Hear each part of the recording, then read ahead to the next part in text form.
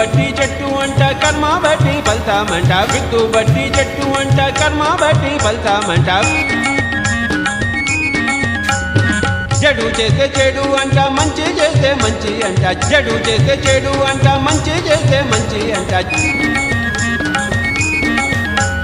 ధ్యానం చేస్తే జ్ఞానం అంట జ్ఞానం వస్తే ముక్తి అంట ధ్యానం చేస్తే జ్ఞానం అంట జ్ఞానం వస్తే ముక్తి అంట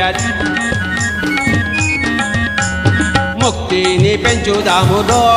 రన్నలార శక్తిని పంచుదామురో ముక్తిని పెంచుదామురో రన్నలార శక్తిని పంచుదామురో ధ్యానము చేద్దామురో